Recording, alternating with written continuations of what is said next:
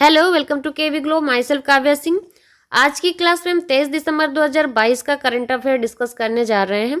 आज के जो क्लास के इनसाइट टॉपिक हैं वो है gas price index 2022 in 9 charts, documentary short film category, प्रधानमंत्री रोजगार सृजन कार्यक्रम, New Delhi international arbitration centre, Indo Pacific economic framework, song Naatu Naatu Oscar 2023 के लिए शॉर्टलिस्ट, 2022-23 की पहली छमाही में भारत की जीडीपी, भारत की 16 फार्मेसी एवं फार्मा कंपनी जो है ब्लैकलिस्ट हुई हैं। इन सारे टॉपिक से रिलेटेड जो भी इंपॉर्टेंट क्वेश्चंस बनते हैं एग्जाम के लिए सारे कवर किए गए हैं, इसलिए ध्यान से पूरी क्लास देखिए आप लोग। लास्ट जो पेट एग्जाम हुआ था उसमें करंट अफेयर का पोर्शन हमने पूरा कवर किया हुआ था, ज़्यादातर क्वेश्चन आए थे जो कि हम लोगों ने डिस्कस किए हैं क्लास में, इसलिए ध्यान से आप लोग पूरे क्वेश्चंस देखिए। उनका टॉपिक जो एक्सप्लेनेशन होता है, डिटेल होती है क्वेश्चन की, वो भी ज़रूर देखिए ताकि अगर दूसरा क्वेश्चन उसमें आता है दूसरे तरीके से बनता है तो वो भी आपका कवर हो जाए। इन सारे टॉपिक से रिलेटेड क्वेश्चंस डिस्कस करेंगे आज की क्लास में। क्लास स्टार्ट करने से पहले आपके लिए क्वेश्चन है, निम्नलिखित में से किस देश में कॉफ़ी के पौधे की उत्पत्ति हुई थी? तो इसका आंसर आप लोगों को कमेंट बॉक्स में कमेंट करके देना है कि कॉफ़ी के पौधे की उत्पत्ति हुई किस देश में थी। पहला क्वेश्चन है, हाल ही में किसे संसद के ऊपरी सदन में उपाध्यक्ष के पैनल में नामित किया गया है? सही आंसर है option B, PT Usha. Rajya Sabha के सभापति जगदीप धनखड़ जी हैं। इन्होंने पूर्व एथलीट और सांसद पीटी उषा को उच्च सदन के उपाध्यक्षों के पैनल में नामित किया है। जगदीप धनखड़ ने बताया कि ये पहली बार है जब किसी मनोनीत सदस्य को वाइस चेयरमैन पैनल के लिए चुना गया है, यह सब पहली बार हुआ है। उनके साथ वाईएसआरसी के सांसद विजय साई रेड्डी को भी चुना गया है। नेक्स्ट क्वेश्चन है, किस फिल्म का सॉन्ग नातू नातू ऑस्कर 2023 के लिए शॉर्टलिस्ट हुआ है? सही आंसर है ऑप्शन ए, आरआरआर। ये जो सॉन्ग है ये आरआरआर मूवी का है। ये भारत की ब्लॉकबस्टर फिल्म आरआर का सॉन्ग जो है 2023 के लिए शॉर्टलिस्ट किया गया है। ये सॉन्ग बेस्ट सॉन्ग कैटेगरी में शॉर्टलिस्ट किया गया है, जो ऑस्कर 2023 के लिए शॉर्टलिस्ट हुए 15 गानों में से एक है। यानी कि ऑस्कर 2023 के लिए जितने गाने शॉर्टलिस्ट हुए वो 15 हैं, उनमें से एक ये सॉन्ग भी है। ऑस्कर के लिए शॉर्टलिस्ट होने वाला ये भारत का पहला सॉन्ग है। इसके अलावा इस लिस्ट में अन्य गीतों में अवतार the way of water film से नथिंग इज लास्ट, ब्लैक पंथर से लिफ्ट मी अप और टॉप गन मैवरिक से होल्ड माई हैंड शामिल हैं। नेक्स्ट क्वेश्चन है, नई दिल्ली इंटरनेशनल ऑर्बिट्रेशन सेंटर के नए अध्यक्ष के रूप में किसे नियुक्त किया गया है? सही आंसर है option A, justice Hemant Gupta. Supreme court के फॉर्मर जज हेमंत गुप्ता को नई दिल्ली इंटरनेशनल ऑर्बिट्रेशन सेंटर का नया अध्यक्ष नियुक्त किया गया है। केंद्रीय कार्मिक मंत्रालय के जो आदेश जारी हुआ है वो उनकी नियुक्ति के बारे में इसने जानकारी दी है, इस आदेश में जानकारी दी गई है। सुप्रीम कोर्ट के फॉर्मर जज हेमंत गुप्ता 14 अक्टूबर को अपने पद से रिटायर हुए थे। एनडीआईएसी की स्थापना नई दिल्ली में वर्ष 2019 में की गई थी। यानी कि जो नई दिल्ली इंटरनेशनल ऑर्बिट्रेशन सेंटर है ये 2019 में स्थापित किया गया था नई दिल्ली में। नेक्स्ट क्वेश्चन है, कौन सा देश फरवरी 2023 में इंडो पैसिफिक इकोनॉमिक फ्रेमवर्क के 4 स्तंभों में से 3 पर विशेष वार्ता दौर का मेजबान है? तो ये जो इंडो पैसिफिक इकोनॉमिक फ्रेमवर्क है इसका मेजबान भारत है। सही आंसर हो जाएगा ऑप्शन डी। भारत फरवरी 2023 को अमेरिका के नेतृत्व वाले इंडो पैसिफिक इकोनॉमिक फ्रेमवर्क के 4 स्तंभों में से 3 पर अगले विशेष वार्ता दौर की मेजबानी करेगा। आईपीईएफ के 4 स्तंभ हैं, यानी कि इंडो पैसिफिक इकोनॉमिक फ्रेमवर्क के व्यापार, आपूर्ति श्रृंखला, कर और भ्रष्टाचार विरोधी और स्वच्छ ऊर्जा, ये 4 स्तंभ हैं। सितंबर 2022 में पहली बार व्यक्तिगत रूप से मंत्री स्तरीय बैठक के दौरान भारत ने केवल 3 स्तंभों में शामिल होने का फैसला किया और व्यापार स्तंभ से बाहर होने का विकल्प चुना। नेक्स्ट, चालू वित्त वर्ष में पीएमईजीपी योजना के तहत किस राज्य या केंद्र शासित प्रदेश ने सबसे अधिक नौकरियां सृजित की हैं? सही आंसर है ऑप्शन डी, जम्मू कश्मीर। चालू वित्त वर्ष में प्रधानमंत्री रोजगार सृजन कार्यक्रम के तहत जम्मू और कश्मीर ने सभी राज्यों और केंद्र शासित प्रदेशों में सबसे अधिक नौकरियां सृजित की हैं।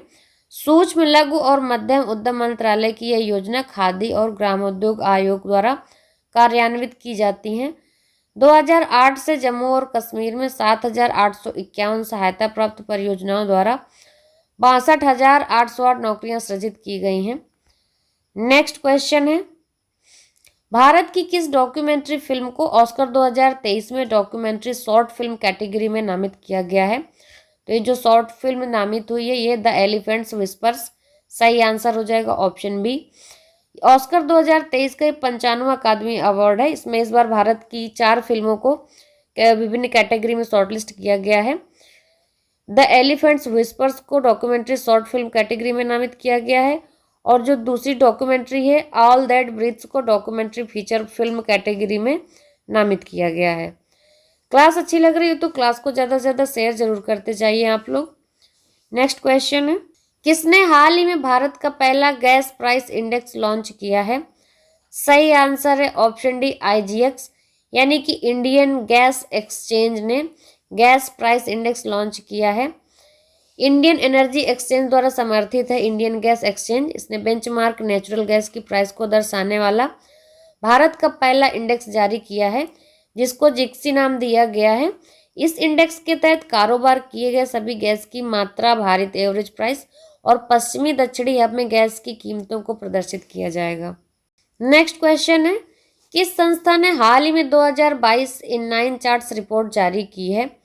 सही आंसर है ऑप्शन सी वर्ल्ड बैंक। विश्व बैंक ने हाल ही में 2022 इन 9 चार्ट्स रिपोर्ट जारी की है। इसके अनुसार दुनिया 1970 के बाद से अपनी सबसे महत्वपूर्ण गिरावट का अनुभव कर रही है और 2022 के अंत तक 685 मिलियन लोग गंभीर गरीबी में जो है जीवन यापन कर रहे होंगे, अकॉर्डिंग टू जो है वर्ल्ड बैंक रिपोर्ट।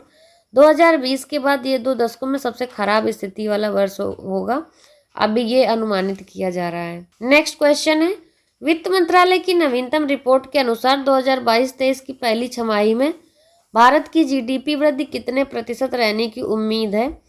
सही आंसर है ऑप्शन डी 9.7%। वित्त मंत्रालय के आंकड़ों के अनुसार 2022-23 की पहली छमाही में भारत की GDP वृद्धि 9.7% रहने की उम्मीद है।